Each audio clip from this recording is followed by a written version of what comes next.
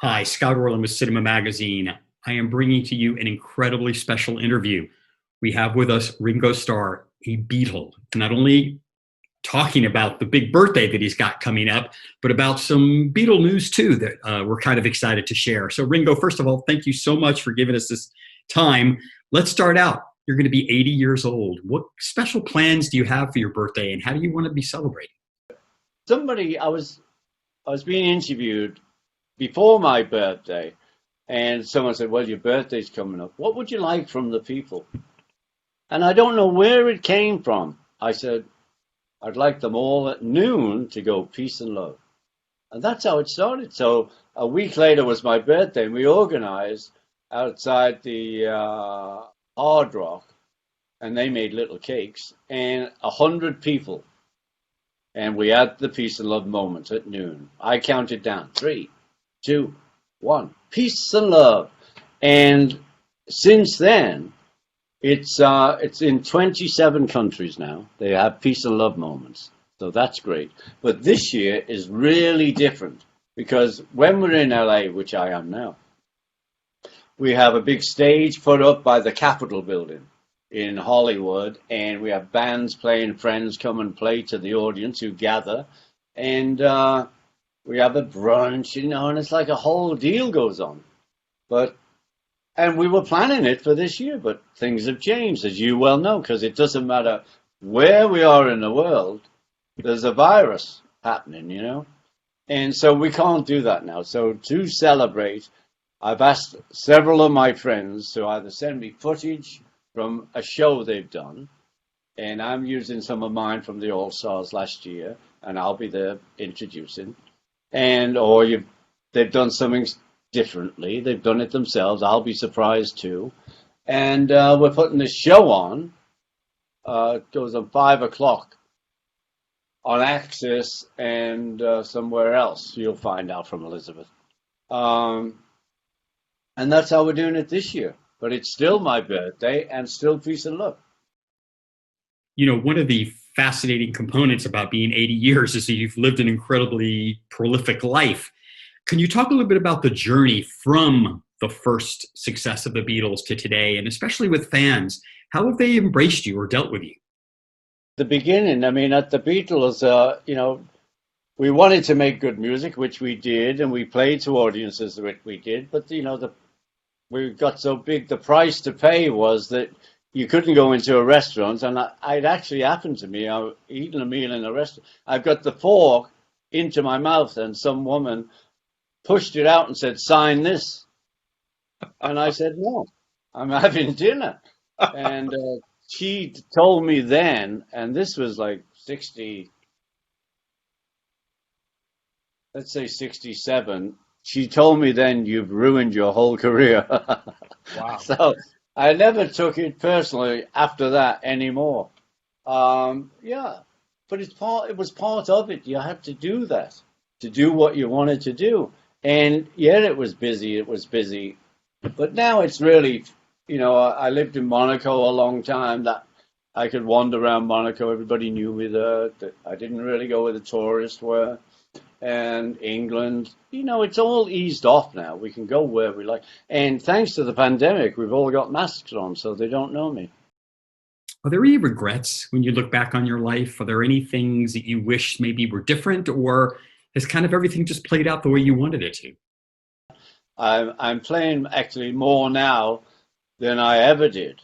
With the All Stars, we do like one tour a year. Now I'm doing 2 tours a year.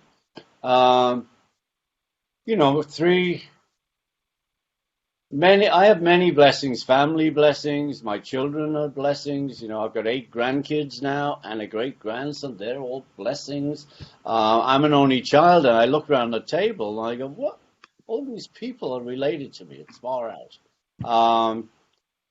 And Barbara's in my life. That's another blessing. So, and things I didn't do, usually the things you want to do and you don't do are the ones you keep thinking of. And I actually, if I'd have gone and lived in Houston because of Lightning Hopkins, who knows where I would have been. That was a big dream. And if I'd have stayed with Rory, well, what would have happened there. So I don't look at that seriously. You know, I'm here, the road I've taken with the good choices and some other choices, and here we are now. And, you know, I'm always blown away that I was 13 in hospital, and the music teacher came around to keep us busy. We were all in bed with tuberculosis, gave me a little drum at 13. And from that minute, I only wanted to be a drummer.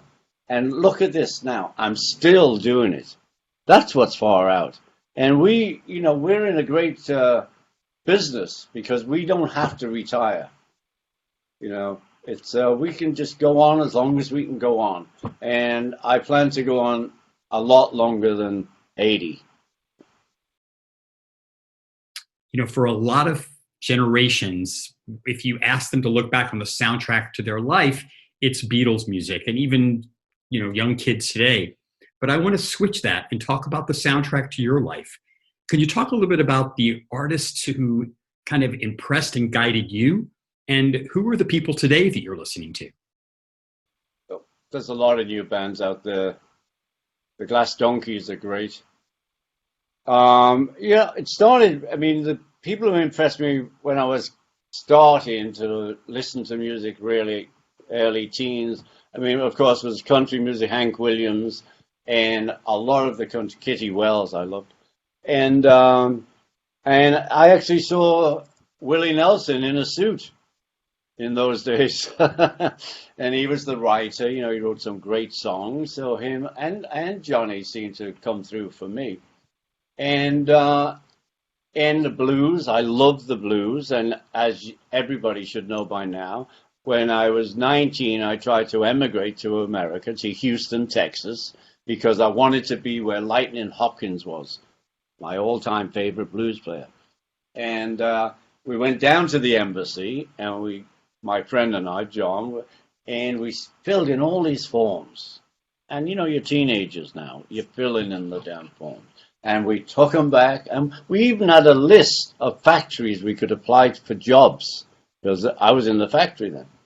And we took them back down to the embassy, and they gave us more paperwork, more questions, more sheets and sheets. Well, we turned back into teenagers. We just ripped them up, sod it, you know. So that would have been an interesting move if I'd have done that. And yeah, I just started playing in bands in the factory I worked in. I started playing with Rory Storm, and from Rory Storm I went to the best band in the land, the Beatles, who are still relevant today to the next generation. They all, if they're interested in music, they listen to our stuff. And to this day, thanks to Giles Martin, who's, you know, remastering everything, I'm still playing it. You know, I just did a show for Serious Music, the Beatles channel. And, you know, it's always the same question. What drummers did you like? I was listening to records for records. I wasn't listening for the drummers. And my hero is Cozy Cole. I just love because he did tom-tom stuff. And that's it. But that we're still here, and still people are holding up their babies to us, saying, there's one of them. You know, it's far out. So, but we're here because on July the 12th is my birthday, and at noon, I hope you'll spread the word. Everybody goes peace and love wherever you are. And that's the deal. We're on the road.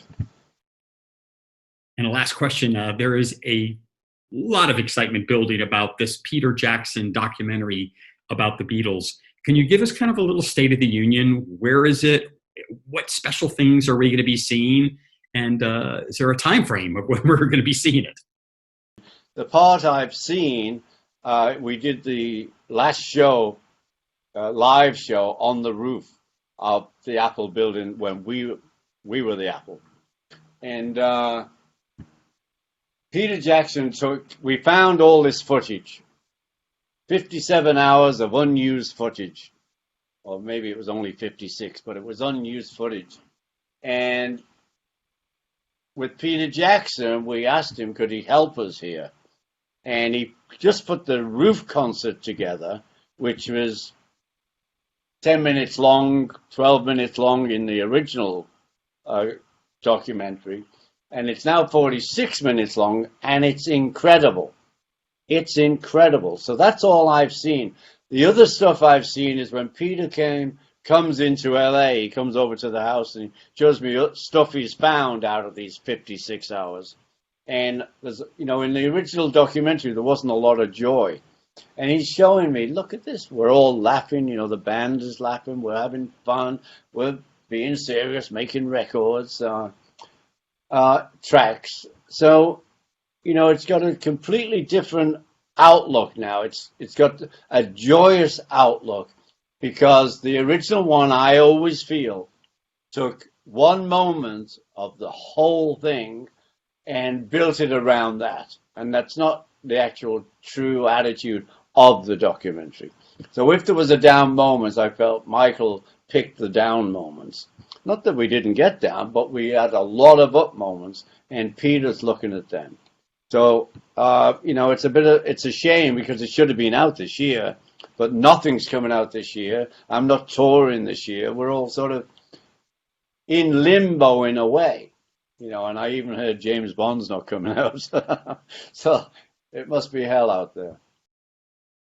Ringo Starr, this has really been an incredible opportunity. I want to thank you for sharing this. Happy 80th birthday. Peace and love. And this is Scott Orlin. Till next time.